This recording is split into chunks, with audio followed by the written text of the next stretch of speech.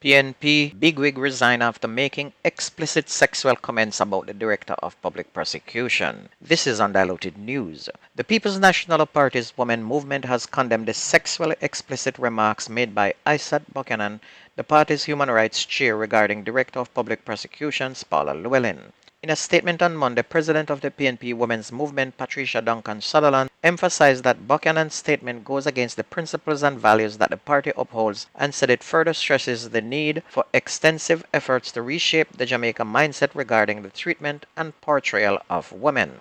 It is said in an interview with a blogger, Buchanan quoted a sexual explicit lyrics by dancehall artist incarcerated Murderer Vibes Cartel in reference to Llewellyn. A video clip of the remark has now gone viral online. In light of Buchanan's comment, Gender Affairs Minister Olivia Babsy Grange also called on PNP President Mark Golding to immediately fire Buchanan. Well, with all that heat, Buchanan has now handed in his resignation.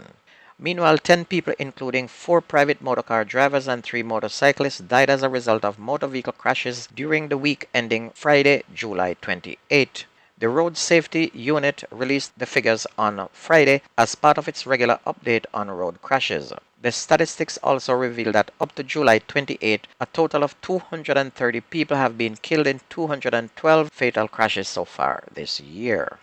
Meanwhile, following an arson assault by gunmen on Sunday that resulted in the destruction of many residents, police have now strengthened their presence in the Portmore Villa neighborhood in Portmore in St. Catherine. As a result of the fire, more than 15 persons, including children, have now been displaced. According to authorities, the victims have been woken up by a group of men, some of whom were armed with rifles and pistols. The perpetrators allegedly kicking the doors to the victims' home and took their cellular phones so they could not call the police. The shooters allegedly then poured a liquid suspected to be gasoline inside the house before setting fire to all 8 bedrooms. The police and the fire department were called, and when they arrived, 3 of the buildings were already engulfed in flames. Superintendent Hopton Nicholson, acting divisional commander of the Portmore Police, said that investigators are trying to establish a motive for the attack. He said police personnel have been posted in an area known as Mexico to maintain calm in the community. Meanwhile, a policeman is dead after his motorcycle reportedly collided with a cow in Little London, Westmoreland on Sunday. The deceased has been identified as Constable Tajay Ebanks of the Traffic Department, Westmoreland Division.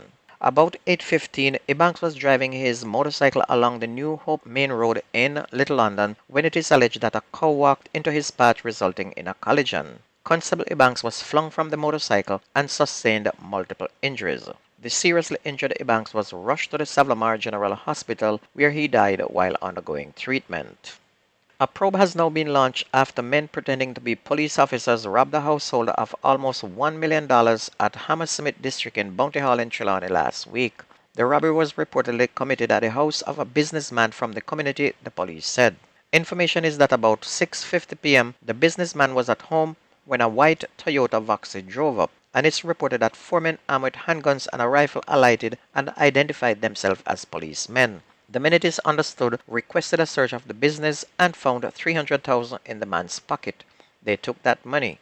The alleged lawmen proceeded into the businessman's house, where they searched and found a safe which contained about $500,000. They instructed him to open it, and he complied. The men took all the money left in the said motor vehicle and made good their escape. The businessman later reported the matter, and a probe has now been launched.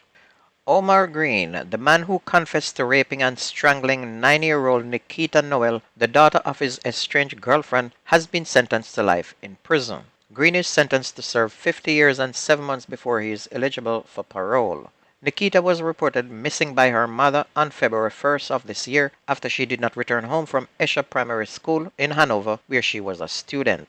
Following a search, her body was found in bushes near her home. And in a statement read in court, the construction worker admitted that he raped and killed Nikita because of a domestic dispute with her mother. The court heard that the convict was upset with Nikita's mother because she was unable to account for $850,000 that he gave her. His attorney during mitigation said his client wanted to confess to the crime on the same night he was arrested. Meanwhile, 3 men were shot, 2 fatally, by gunmen in Mountain View in St. Andrew on Sunday night. Police reports are that about 10 p.m. on Sunday, armed assailants shot and injured 3 men at a residence on Mountain View Avenue. Two of the men succumbed to their injuries while a third was critically injured and has been hospitalized. The corporate communications unit confirmed the shooting. On to sports, the United States scraped through to the knockout of the Women's World Cup with a 0-0 draw against Portugal on Tuesday, and in the process gave themselves a much more difficult path to winning an unprecedented third straight title. The Americans look disjointed and desperate to survive as they settled for second place in their group. They are now headed towards a likely matchup in the round of 16 on Sunday in Melbourne against Sweden, a team that has given the US much trouble in recent years. The US is the world's #1 ranked team, but has looked shaky in all three games. On Tuesday, it had 13 shots, 3 on target, compared with Portugal's 5 shots, none on target. Although the US outshot Portugal, the US forwards seem to be working alone rather than together. The prospective matchup with Sweden is bad news for the US. At a group stage game at the 2021 Tokyo Olympics, Sweden dominated the US 3-0 en route to winning a silver medal as the US settled for bronze. In that game, Sweden's Stina Blackstenius scored twice, and she's back in this tournament, having scored in Sweden's 5-0 group stage romp over Italy. Meanwhile, Jamaica's Reggae Girls are in a historic path after a draw and a win in the Women's World Cup, and they stay very good now, needing only a draw to qualify for the round of 16. The next game, however, is crucial as they will face Brazil, which is one of the best female teams in the world. But Brazil will have to come good, as with the return of Khadija Bonnet-Shaw, who happens to be among the top 2 best female players in the world, Jamaica will be a hot commodity come tomorrow. Jamaica have 4 points from 2 games, the same as France, while Brazil are third on 3 points. Panama are at the foot of the table without a point in that group. And in a very disappointing game, top team Canada received a 4-0 beating by Australia and are now out of the World Cup. Meanwhile, Japan sent a World Cup warning with a clinical 4-0 thrashing of Spain. And in this game, Japan hardly touched the ball as Spain dominated the game, but every time Japan get the ball, they seem to score.